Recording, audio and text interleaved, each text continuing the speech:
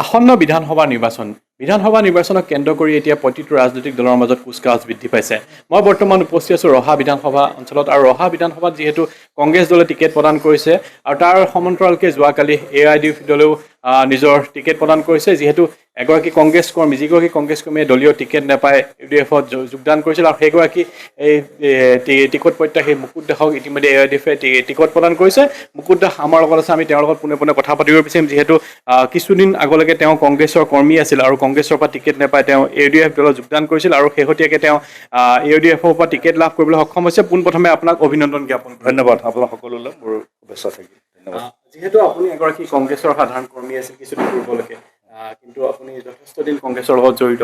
তাৰপিছত আপুনি দলীয় টিকেট নোপোৱাৰ পিছত আপুনি এনেদৰে AIUDFত আহিছিল আৰু দলীয় টিকেট লাভ কৰিবলৈ সক্ষম হ'ল। কি ক'ব? হয়, মই সুদীৰ্ঘ কাল অতিকে মই 35 বছৰ কাল মই কংগ্ৰেছ দলৰ বিভিন্ন পদত থাকি মই দলটোৰ সেৱা আগবঢ়াই আহিছিলোঁ। আৰু মাত্ৰ কেইটামান দিন আগলৈকে এই দলটোত মই জইন কৰা আগদিনাখনলৈকে কংগ্ৰেছ কৰ্মী হিচাপে আছিলোঁ। এইবাৰো মই প্ৰত্যাশী আছিলোঁ।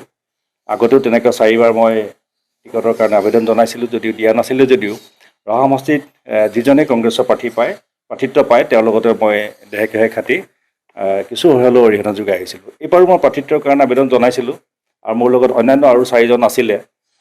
গতিকে মই যদিও এইবাৰ যিজনে টিকট কংগ্ৰেছ দলৰ পৰা লাভ কৰিছে তেওঁ মাত্ৰ যোৱা বছৰ 25 চনৰ 16 মাৰ্চত তেওঁ দলত জইন কৰিছে আৰু বাকী কেইজন আছিলে 10 অক্টোবৰত জইন কৰিছে।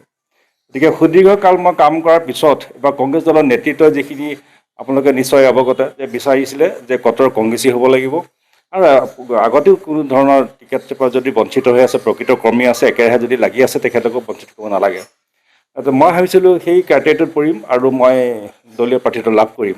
অকল মই বুলিয়েই নহয়, মোৰ সমৰ্থক যিসকল আছিলে সেইসকলে আশা কৰিছিলে।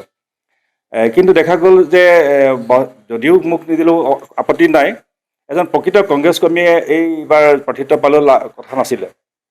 কিন্তু দেখা গ'ল যিজনে প্ৰাৰ্থিত্ব লাভ কৰিছে আপোনালোকে সকলোৱে জানে, উৎপল বনিয়া, তেওঁ যোৱা 16 মাৰ্চত যদিও জইন কৰিছে তেখেতে তাৰ আগতে তেওঁ অসম জাতীয় পৰিষদৰ প্ৰাৰ্থী হিচাপে যোৱাবাৰ অৱতীৰ্ণ হৈছিলে আৰু তাৰ আগত তেওঁ ভাৰতীয় জনতা পাৰ্টীত যোগ কৰিছিলে, সদস্য আছিলে। তাৰপিছত AJPৰ পৰা অহাৰ পিছত আকৌ তেওঁ আমি শুনামতে সকলোৱে ৰহা ৰাইজে জনামতে আকৌ BJP দলৰ ওচৰলৈ টিকটৰ কাৰণে গৈছিলে, যদি প্ৰত্যাখ্যান কৰা তেওঁ আকৌ অসম গণ পৰিষদৰ নেতাৰ ওচৰলৈ গৈছিলে, তাতো প্ৰত্যাখ্যিত হোৱাৰ পিছত বিভিন্ন প্ৰক্ৰিয়াৰে তেওঁ ৰহা কংগ্ৰেছত দলত জইন কৰিছিলে আৰু হঠাতে তেওঁ টিকট লাভ কৰিলে। এইটোৱেই কাৰণে আপুনি হয়, খুব বুলি নহয়, যিসকল আমাৰ কংগ্ৰেছৰ প্ৰকৃত কংগ্ৰেছ কৰ্মী আছিলে তেখেতলোকে আহ্বান জনাইছে যে এতিয়া আমি কংগ্ৰেছ দলৰ প্ৰাৰ্থীজনক আমি যিটো মনোপুত প্ৰাৰ্থী নহয়, তেখেতক প্ৰাৰ্থিত্ব দিয়াত আমি ভোট কোনো পথে দিব নোৱাৰোঁ। গতিকে আপুনি এটা সিদ্ধান্ত লওক, আপোনাৰ লগত আছোঁ। গতিকে তেখেতলোকৰ আহ্বানৰ কাৰণেই মই আচলতে ৰহা ৰাইজৰ যিখিনি বিভিন্ন বছৰ মই ইয়াত কাম কৰি আছিলোঁ, মোৰ যিখিনি মোৰ অনুৰাগী আছিলে তেখেতলোকৰ আহ্বানত মই এটা দলৰ পৰা, বিশেষকৈ UDF দলটোৰ পৰা মই প্ৰাৰ্থিত্বৰ কাৰণে আবেদন জনালোঁ আৰু পাইছোঁ। তাৰ কাৰণে মই UDF দলৰ মুৰব্বী বদৰুদ্দিন ৰাজমল চাহেব মই ধন্যবাদ জ্ঞাপন কৰিছোঁ আপোনালোকৰ জৰিয়তে। শেহতীয়া যি কংগ্ৰেছৰ স্থিতি, শেহতীয়াকৈ প্ৰদ্যুৎ বৰদলৈ, সাংসদ প্ৰদ্যুৎ বৰদলৈ কংগ্ৰেছ ত্যাগ কৰিছে, পদত্যাগ কৰিছে, কি ক'ব আচলতে? এইটো এটা বৰ আশ্চৰ্যজনক কথা। ইলেকশ্যনলৈ মাত্ৰ কেইটামান দিন আছিলে, কংগ্ৰেছ দলৰ যিসকল নেতৃত্ব লৈ আছে, প্ৰদ্যুৎ বৰদলৈ ডাঙৰীয়া এজন জ্যেষ্ঠ নেতা আছিলে আৰু তেখেতে ইস্তাহাৰ কমিটিৰ চেয়াৰমেন আছিলে। গতিকে এনেকুৱা এটা সময়ত গুচি যোৱাৰ লগে লগে দলটো বিধ্বস্ত প্ৰায় হৈ গৈছে আৰু এইটোৱে কংগ্ৰেছ দলৰ সাংঘাতিক ক্ষতি কৰিব আৰু এইটোৱে প্ৰমাণিত কৰিছে দলত কোনো ধৰণৰ নীতি নিয়ম আৰু দলীয় যিটো শৃংখলা, সেই শৃংখলাৰ পৰা দলটোত নাই, যিটো কাৰণত আজি এইটো অৱস্থা হৈছে। গতিকে তেখেতলোকৰ খেলি মেলিৰ কাৰণে প্ৰাৰ্থিত্ব প্ৰদানৰ ক্ষেত্ৰত ৰহাত যেনেকৈ মোক ঠিক তেনেকৈ বিভিন্ন সমষ্টিতো সেইটোৱে অৱস্থা হৈছে আৰু টিকেটৰ ক্ষেত্ৰত বিভিন্ন সমষ্টিত আৰু ৰহা সমষ্টিটো নোহোৱা নহয়, এইটো টকাৰ লেনদেন হৈছে বুলি অনুমান কৰিছোঁ। আৰু যিবিলাক কাৰণ খেলি মেলিৰ কাৰণে প্ৰদ্যুৎ বৰদলৈ ডাঙৰীয়াও থাকিব নোৱাৰিলে, তেওঁ ভাৰতীয় জনতা পাৰ্টীলৈ তেওঁ যাবলৈ বাধ্য হৈছিলে। যিহেতু আপুনি AUDF দলৰ পৰা প্ৰতিনিধিত্ব আগবঢ়াব ৰহা সমষ্টিত, আপোনাৰ মূল ইছ্যু কি হ'ব আৰু আপোনাক ৰাইজে কিহৰ কাৰণে ভোট দিব আপুনি ভাবিছে? প্ৰথমতে ইছ্যু বুলি কোৱাৰ লগে লগে সমষ্টিটোত যিটো শিক্ষা প্ৰায় বিধ্বস্ত প্ৰায় হৈ গৈছে।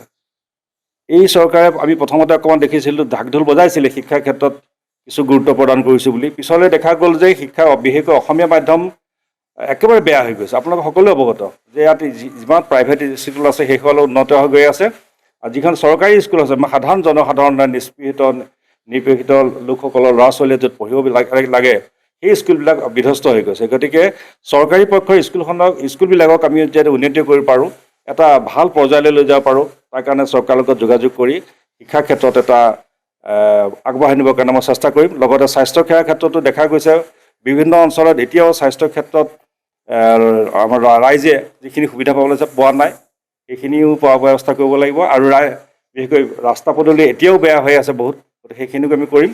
আৰু তাৰ লগে লগে সমষ্টিটোত যিখিনি আমাৰ লোক আছে সকলো এটা সন্মিলিতভাৱে আমি একেলগে সমষ্টিটোক উন্নয়ন যদি কৰিব পাৰোঁ, সকলোকে লগত লৈ হিন্দু মুছলমান শিখ পাঞ্জাবী মাৰোৱাৰী যিখিনি আছে সকলোকে লৈ সমষ্টিটোৰ যে উন্নয়নৰ চিন্তা কৰিব পাৰোঁ, তেখেতলোকক সহযোগ কৰোঁ, সেইটোৱে মোৰ লক্ষ্য হ'ব। যিহেতু এই ৰহা বৰ্তমান সংখ্যাগুৰু সমষ্টি হিচাপে আছে হিন্দু বেল্টৰ, সেই হিচাপত আপুনি অসমীয়া মানুহৰ বা হিন্দু ভোটৰ ভোট লাভ কৰিব সক্ষম হ'বনে?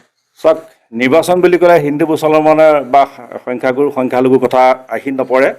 ইয়াত জনসমৰ্থন আৰু জনগণৰ লগত সংযোগ থকাটোৱে আচল। যিধৰণে কংগ্ৰেছ দলত থাকোঁতেও আমি দেখা পাইছোঁ যে বিভিন্ন সমষ্টিত য'ত সংখ্যালঘু নাই তাতো জিকি আহিছে, সেইবিলাক সমষ্টিতটো জনপ্ৰিয়তাৰ কাৰণে দলটোৰ কাৰণেই জিকি আহিছিলে, বাকীবিলাকৰ দলৰ কথা মই নকওঁ। ঠিক তেনেকৈ মই যিহেতু বিভিন্ন ধৰণে ৰাইজৰ লগত জড়িত হৈ আছোঁ, ইয়াত সংখ্যাগুৰুৰ কথা নাই, সংখ্যালঘুৰ পৰা সম্পূৰ্ণ সমৰ্থন পাম। আৰু তাৰ লগতে আমাৰ অসমীয়া বা হিন্দু সমাজৰ পৰা মই যিখিনি সমৰ্থন পাই আছোঁ, এই টিকট ওলোৱাৰ লগে লগে যিখিনি পাইছোঁ বা তেখেতলোকৰ আহ্বানত যিহেতু মই আহিছোঁ, গতিকে তেখেতলোকৰ সম্পূৰ্ণ ভোটেৰে মই বিজয়ী হ'ম বুলি আশা ৰাখিছোঁ। ধন্যবাদ, আপোনালৈ শুভেচ্ছা থাকিল।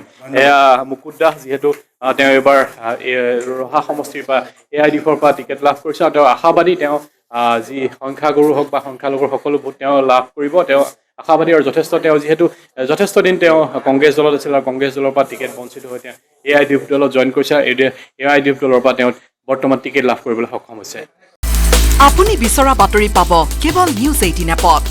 নিউজ 18 এপ ডাউনলোড কৰিবলৈ স্কেন কৰক এই QR কোড। গুগল প্লে ষ্টৰতো পাব এই নিউজ 18 এপ।